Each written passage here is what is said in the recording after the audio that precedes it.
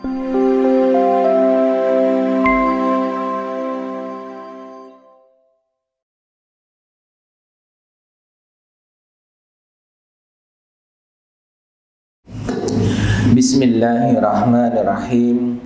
Assalamualaikum warahmatullahi wabarakatuh. Alhamdulillah, innal hamdalillahi nahmaduhu wa nasta'inuhu wa nastaghfiruh wa na'udzu billahi min shururi anfusina wa min sayyiati a'malina. May yahdihillahu fala mudhillalah wa may yudlilhu fala hadiyalah. Ashhadu an la ilaha illallah wahdahu la syarikalah wa ashhadu anna Muhammadan abduhu wa rasuluhu la nabiyya ba'dah. Allahumma sholli wa sallim ala rasulika sayyidina Muhammadin sallallahu alaihi wasallam wa ala alihi wa ashabihi wa min tabi'ahum ila yaumil qiyamah. Ya ayyuhalladzina amanu taqullaha wal tandur nafsum ma qaddamat lighad wattaqullah innallaha khabirum bima ta'malun. Ya ayyuhalladzina amanu taqullaha haqqa tuqatih wa la tamutunna illa wa antum muslimun. Masyaallah kan wa ma lam yasha' lam yakun. La haula wa la quwwata illa billahil aliyyil azim. Jamaah yang dimuliakan oleh Allah Ta'ala, marilah yang pertama dan utama kita memanjatkan puja dan puji syukur kepada Allah Ta'ala atas semua nikmat yang masih diberikan kepada kita, wabil khusus nikmat hidup yang penuh dengan keimanan dan dimudahkan beramal soleh. Moga-moga kita semuanya kelak menjadi hamba-hamba yang selalu mendapatkan pertolongan dan perlindungan dari Allah Ta'ala, semuanya husnul khatimah dan menjadi ahli surga. Mari sama-sama kita mengucapkan kalimat tahmid hamdalah, alhamdulillahi rabbil alamin. Salawat dan salam moga-moga selalu tercurah kepada junjungan kita Nabiullah Muhammad sallallahu alaihi wasallam. Moga-moga kita menjadi umat akhir zaman yang dilipat gandakan pahalanya dan selalu menghidupkan sunnah Rasulullah sallallahu alaihi wasallam, dan moga-moga kelak kita mendapatkan syafaat dari Rasulullah sallallahu alaihi wasallam dan bisa bersama dengan beliau di surga Firdaus nantinya. Amin Allahumma amin. Jamaah yang dimuliakan oleh Allah Ta'ala, pembicaraan kita di pertemuan sebelumnya tentang qantarah, di mana pada saat manusia masuk ke dalam surga, kemudian malaikat itu memberitahu kepada mereka dan menunjukkan kepada mereka tentang tempatnya di neraka. Saya ulangi, saat manusia itu nanti masuk surga, baru masuk surga, kemudian ditunjukkan oleh malaikat tempatnya di neraka. Kata Nabi SAW, maka orang tersebut ditunjukkan tempatnya di neraka, dan malaikat itu mengatakan, seandainya dahulu kamu di dunia ingkar kepada Allah Ta'ala, itulah tempatmu. Jadi mereka ditunjukkan tempat tinggalnya di neraka. Seandainya mereka ingkar kepada Allah, maka di sanalah tempatnya. Tapi karena engkau menjadi ahli surga, tempatmu itulah di sana. Kemudian ditunjukkan oleh malaikat tempat tinggalnya di surga. Jadi penghuni surga itu ditunjukkan dulu tempatnya di neraka, dan kemudian baru ditunjukkan tempatnya di surga. Nah sebaliknya mereka yang ahli neraka, saat mereka memasuki neraka ditunjukkan oleh malaikat tempatnya di surga. Itulah tempatmu di surga seandainya kamu beriman kepada Allah Ta'ala. Karena engkau ingkar kepada Allah, maka di sanalah tempatmu di neraka. Kemudian ditunjukkan tempat tinggalnya di neraka. Ini menunjukkan jamaah yang dimuliakan oleh Allah, bahwa sesungguhnya setiap manusia memiliki rumah, baik di surga maupun di neraka. Sesungguhnya kita punya kapling, punya properti, punya rumah, punya tempat tinggal di surga maupun di neraka. Dan semua sudah disiapkan oleh Allah Ta'ala. Maka berkat rahmat dari Allah Ta'ala, mereka para penghuni surga diselamatkan dari api neraka dan tidak diberi tempat tinggal di dalam neraka, dan Allah menjadikan dia ahli surga dan mendapatkan tempat tinggalnya di surga. Dan sebaliknya ahli neraka yang mereka ingkar kepada Allah, Allah memberikan siksa, diharamkan dia untuk bertempat tinggal di dalam surga dan dia ditempatkan di dalam neraka. Maka jamaah yang dimuliakan oleh Allah, sesungguhnya surga dan neraka adalah tempat yang disediakan oleh Allah Ta'ala sebagai balasan bagi mereka yang di dunia telah beriman kepada Allah atau justru sebaliknya ingkar kepada Allah. Dan Allah Maha Adil, karena sesungguhnya manusia di dunia mereka diberi kebebasan memilih. Mau masuk surga silahkan, mau masuk neraka juga silahkan. Mau berbuat baik ya silahkan, mau berbuat buruk ya silahkan. Mau beriman ya silahkan, mau bermaksiat kepada Allah ya silahkan. Falhamaha fujuraha wa taqwaha. Sesungguhnya Allah ilhamkan kepada setiap diri manusia kecenderungan untuk berbuat dosa dan juga kecenderungan bisa berbuat takwa. Maka hidup pilihan. Mati kita tidak ada pilihan. Lahir kita nggak ada pilihan. Tapi mati kita diberi pilihan. Kita lahir dari orang tua seperti apa, bagaimana keadaan kita, semuanya tidak bisa memilih. Akan tetapi pada saat manusia mau mati, mereka bisa memilih. Memilih dalam keadaan beriman atau sebaliknya. Nah, jemaah yang dimuliakan oleh Allah Ta'ala, pada saat manusia sudah semuanya berada di sorga, maka malaikat maut mendatangi penghuni sorga. Setelah semua penghuni sorga berada di sorga, maka malaikat maut mendatangi mereka, dan dia mengangkat yang namanya kematian. Makhluk yang bernama kematian ini diangkat oleh malaikat maut, dan malaikat maut mengatakan, sejak saat ini makhluk yang bernama kematian ini telah dibinasakan atau dihilangkan. Maka kalian akan hidup selama-lamanya di dalam surga. Maka bersyukur dan berbahagialah semua penghuni surga, karena mendapati mereka tidak akan pernah mati lagi. Dan begitu sebaliknya, malaikat maut datang ke neraka, dan dia membawa makhluk yang bernama kematian dan berbicara kepada semua penghuni neraka, sesungguhnya makhluk yang bernama kematian sudah dibinasakan dan kalian akan hidup kekal selama-lamanya di dalam neraka. Maka semua penghuni neraka merasa putus asa dan mereka sedih berkepanjangan, karena mereka tidak akan pernah mati dan tetap dalam keadaan tersiksa selama-lama-lamanya. Inilah jamaah yang dimuliakan oleh Allah Ta'ala, balasan bagi manusia yang mereka beriman kepada Allah disediakan surga, mereka yang ingkar kepada Allah disediakan neraka. Pertanyaannya, apakah surga dan neraka sudah ada hari ini? Saat ini jawabannya sudah ada. Dulu pada waktu Rasulullah Mi'raj ke langit, beliau berada di Sidratul Muntaha dan ditunjukkan surga. Saat itu Rasulullah memasukinya. Pada saat Rasulullah Mi'raj dan ditampakkan neraka, dan Rasulullah SAW tidak memasukinya. Beliau hanya melihat dari kejauhan. Sedangkan di dalam surga beliau masuk ke dalamnya. Dan pada saat Rasulullah masuk ke dalam surga itu, melihat ke dalam surga, Rasulullah mengatakan banyak orang-orang yang masuk surga nantinya dari orang-orang miskin. Dan di dalam neraka aku lihat paling banyak penghuninya adalah para wanita. Maka Rasulullah SAW menyampaikan hadis ini, menyampaikan hal ini penting buat para perempuan, para wanita untuk bisa hati-hati pada saat hidup di dunia. Jangan sampai menjadi penghuni neraka, karena memang penghuni neraka paling banyak adalah para wanita.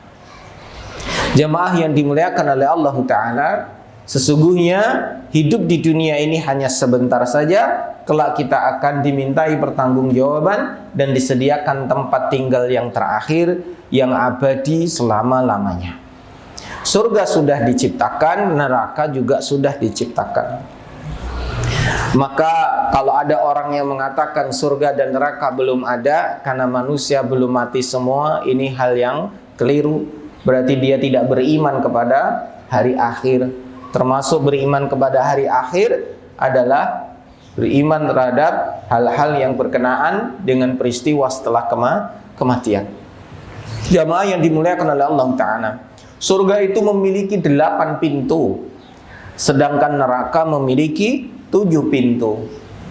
Ulama mengatakan jumlah pintu surga 8 menunjukkan rahmat Allah lebih besar dibandingkan dengan murkanya Allah. Sehingga kalau ada pertanyaan kenapa pintu surga jumlahnya 8, ya memang haknya Allah, terserah Allah.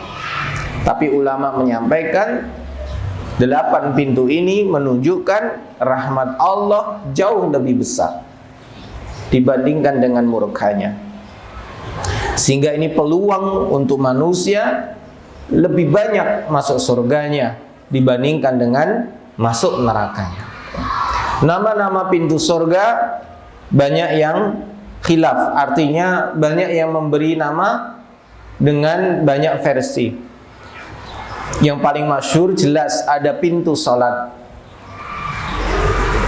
Yang gemar mengerjakan salat, menegakkan salat, insya Allah akan masuk surga lewat pintu salat. Ada lagi pintu puasa.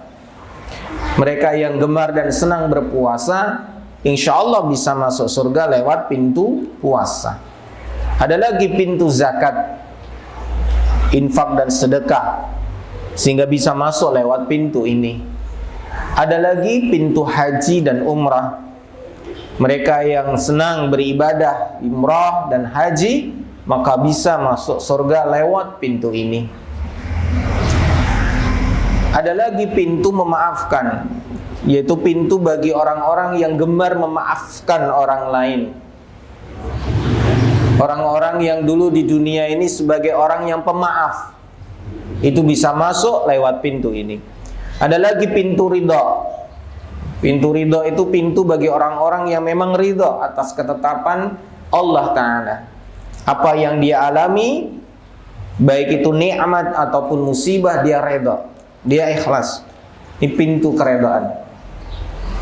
Ada lagi pintu jihad yang diperuntukkan bagi orang-orang yang berjihad di jalan Allah. Apalagi mereka yang mati syahid bisa lewat pintu ini. Jamaah yang dimuliakan oleh Allah Ta'ala, itu beberapa saja karena yang lain pun khilaf. Ya, ada banyak penamaan pintu surga. Satu pintu surga lebarnya sama dengan pintu taubat. Satu pintu surga lebarnya sama dengan pintu taubat.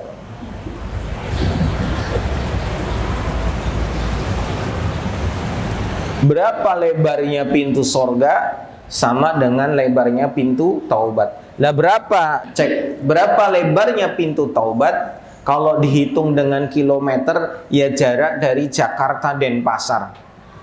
Kurang lebih mungkin 1.200 kilometer. Jarak dari Jakarta Denpasar itu satu pintunya. Lebar pintunya itu sejauh 1.200-an kilometer, atau kalau diukur ya jarak Jakarta Denpasar. Kalau pintu taubat itu ditutup saat nanti di akhir zaman, ketika matahari sudah terbit dari barat, maka pintu ini ditutup. Selama belum terbit matahari dari barat, maka pintu taubat terbuka sepanjang waktu, siang dan malam, 24 jam. Dan pintu taubat berada di sebelah barat. Jadi pada saat nanti matahari terbit dari barat, maka pintu ini tertutup. Maka tidak ada lagi orang yang bisa bertaubat kepada Allah dan diterima taubatnya. Tidak ada lagi orang yang bersyahadat kemudian diterima syahadatnya. Mereka yang bersyahadat ditolak. Mereka yang bertaubat ditolak. Mereka yang istighfar ditolak. Karena pintu taubat sudah tertutup. Pintu ini berada di sebelah barat dan ditutup pada saat matahari terbit dari arah barat. Selama belum terbit, maka terbuka 24 jam. Allah menunggu hambanya yang berdosa di malam hari untuk bertaubat di siang hari. Allah juga menunggu hambanya yang berdosa di siang hari untuk bertaubat di malam hari. Maka Allah selalu membuka pintu ampunannya 24 jam. Maka dekatkanlah diri kita kepada Allah, perbanyak istighfar, mohon ampun kepada Allah. Moga-moga dosa-dosa kita digugurkan oleh Allah Ta'ala. Amin. Jamaah yang dimuliakan oleh Allah Ta'ala, pintu sorga ada 8 dan semuanya memiliki penjaga-penjaga. Artinya setiap pintu ini banyak malaikat yang menjaganya. Dan ini adalah pintu gerbang, pintu utama yang jumlahnya 8 ini.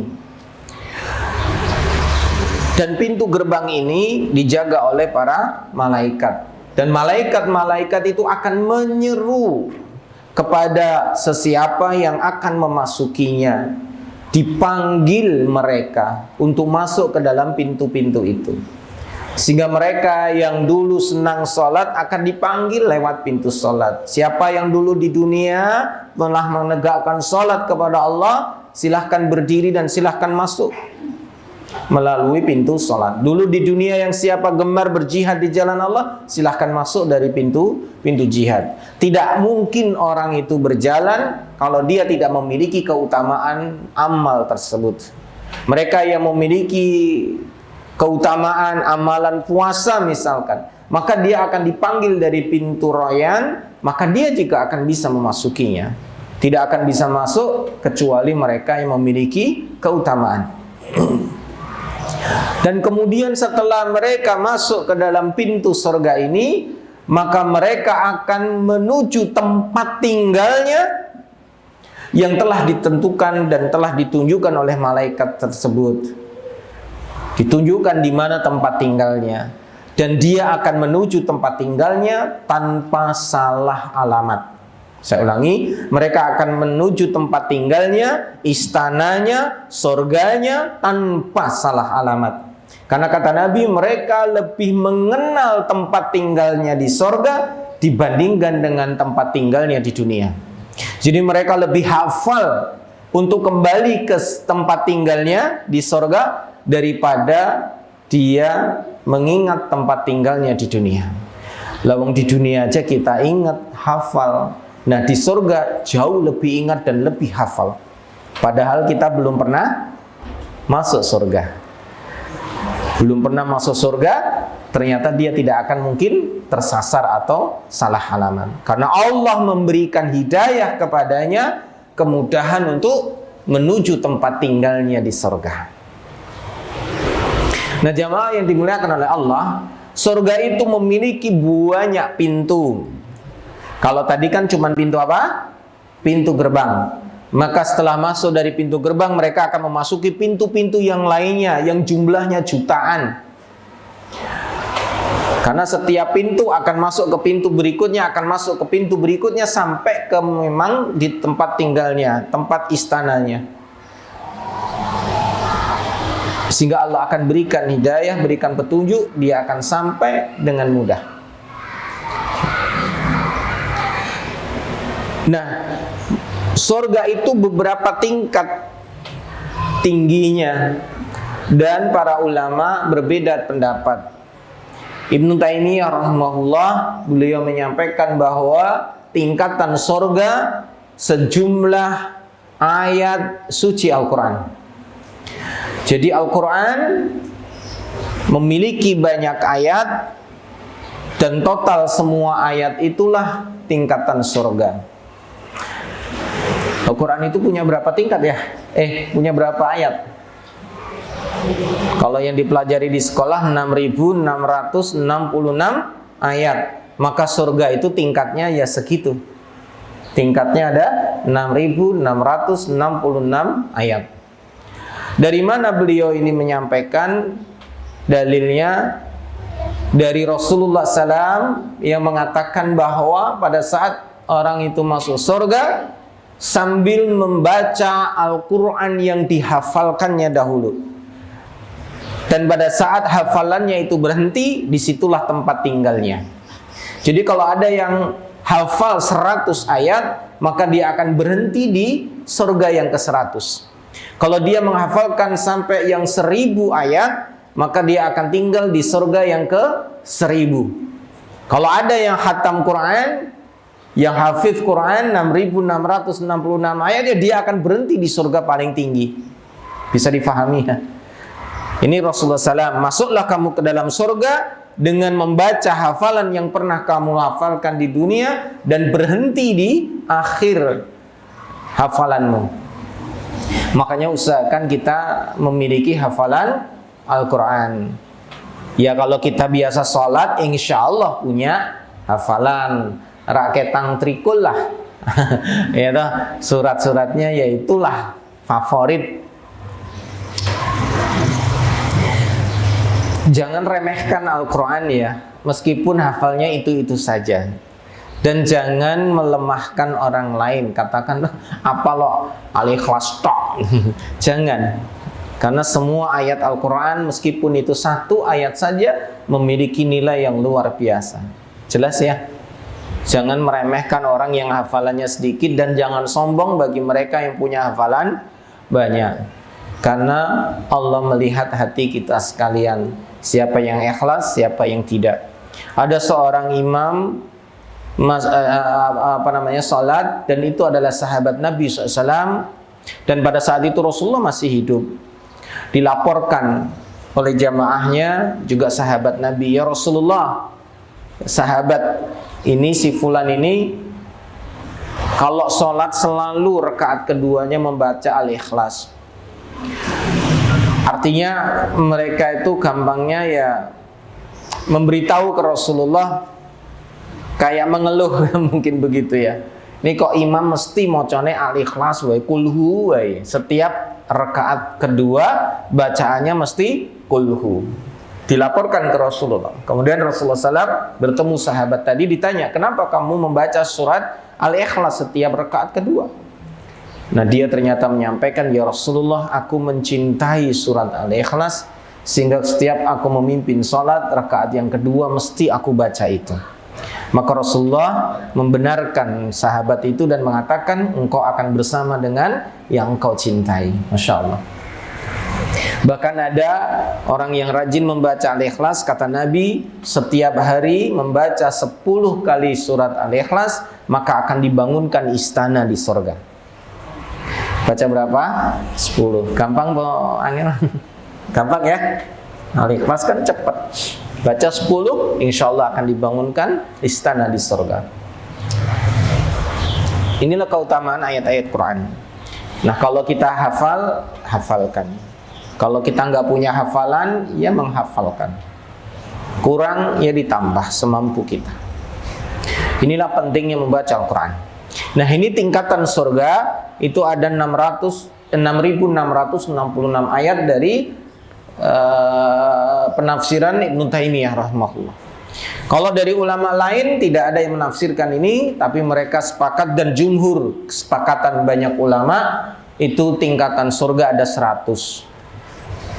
Tingkatannya surga ada 100. Nah, kok ada dua beda pendapat sehingga dikompromikan dari 6.666 ayat, maka 100 tingkat itu yang paling utama. Jadi surga yang paling atas, surga yang memiliki tingkatan terbaik itu ada 100. Jadi ada 6.666 ayat, tapi yang 100 terakhir atau yang paling tinggi itu yang paling istimewa. Ini komprominya. Nah, setiap tingkatan surga disebut dengan derajat. Setiap tingkatan surga disebut dengan derajat. 1 derajat, 2 derajat, 3 derajat, dan seterusnya. Nah, 1 derajat ini kata ulama jaraknya 500 tahun perjalanan.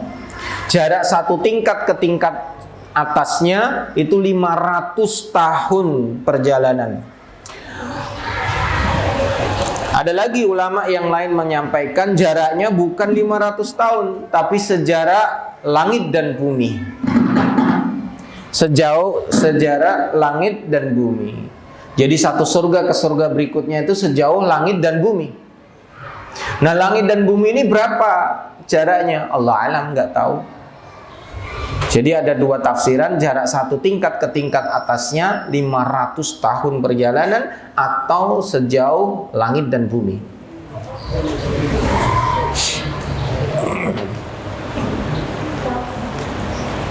Nah, setiap tingkatan-tingkatan ini memiliki macam-macam surga.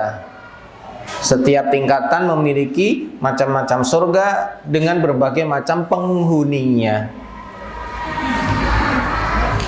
Nah, paling tinggi namanya surga Firdaus. Paling tinggi namanya surga Firdaus. Nah, surga Firdaus ini cek ya. Surga Firdaus ini adalah surga yang paling tinggi. Dihuni oleh Rasulullah Muhammad SAW, para sahabatnya radhiyallahu anhuma, dan juga orang-orang yang beriman dan beramal saleh yang memang mencapai derajat penghuni surga Firdaus. Dan Rasulullah berpesan kepada kita, mintalah kepada Allah surga Firdaus. Karena surga Firdaus adalah surga yang paling tinggi. Semakin tinggi surga, semakin indah, semakin bagus, semakin luar biasa. Semakin indah, semakin bagus, semakin luar biasa. Dan puncaknya surga adalah Firdaus.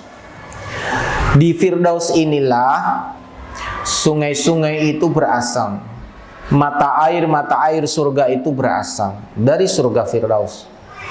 Jadi kalau tadi surga itu ada 6.600 tingkat tadi, ya sungai-sungai yang mereka dapati di surga-surga ini mata airnya dari sini semua. Dari surga Firdaus. Setiap surga atapnya atau atasnya adalah surga berikutnya.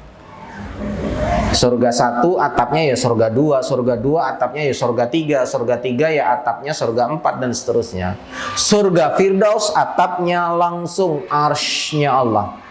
Arsy-nya Allah itu atapnya surga Firdaus. Karena surga Firdaus surga paling tinggi. Tidak mungkin di atasnya surga lagi, maka atasnya adalah arsy-nya Allah, kerajaannya Allah. Dan dari sini keluar semua mata air yang mengalir terus ke bawah sampai ke surga paling bawah.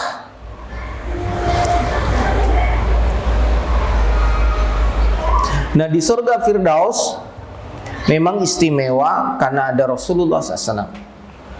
Ada istana yang paling megah, paling tinggi, paling besar, paling hebat, yaitu istananya Rasulullah SAW. Jadi di surga Firdaus itu ada bangunan paling bagus, paling tinggi, paling megah, paling hebat adalah bangunannya, istananya Rasulullah Muhammad SAW. Dulu waktu Rasulullah Mi'raj ke langit, beliau masuk ke dalam surga dibawa oleh Jibril. Nah, saat masuk itu ada istana yang terbuat semuanya dari emas. Tanahnya dari za'faron, batu kerikilnya dari mutiara. Dan benar-benar istana yang megah ini semua berkilauan terbuat dari emas.